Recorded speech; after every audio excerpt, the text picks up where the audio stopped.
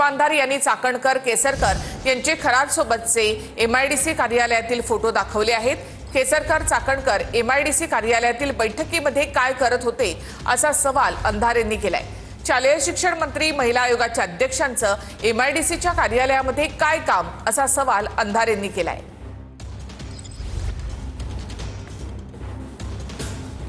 अधिकाऱ्यांमध्ये पुन्हा एकदा चाकणकर आहेत।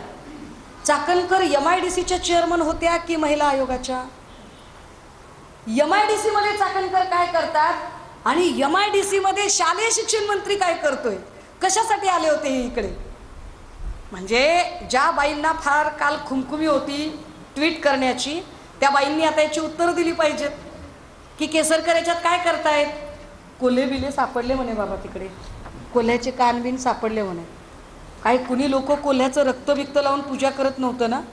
अंगाला रक्त वगैरे लावून पूजा करणे असले काही अघोरी प्रकार तर होत नव्हते ना? लावत असेल तर कोण लावत असेल? काय हा प्रकार असेल शोधलं पाहिजे। कसलं प्लॅनिंग चाललंय हे?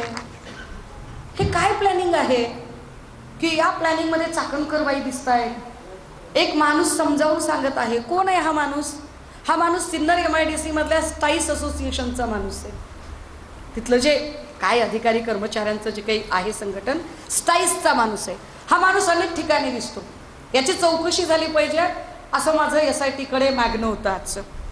ज्या चाकणकरांना महिला आयोगाचे प्रश्न सोडवायला वेळ मिळाला नाही, त्या चाकणकर एमआयडीसीच्या ऑफिसमध्ये बसून विशेष बघा, या तिघांचा पण एमआयडीसीशी संबंध नाही, पण एमआयडीसीचा जो सगळ्यात महत्त्वाचा माणूस आहे तो अत्यंत झुकून आदबीने या तिघांना काहीतरी समजावतोय। काय समजावतोय? केसरकरच्या प्रवक्त्यांनी सांगितलं।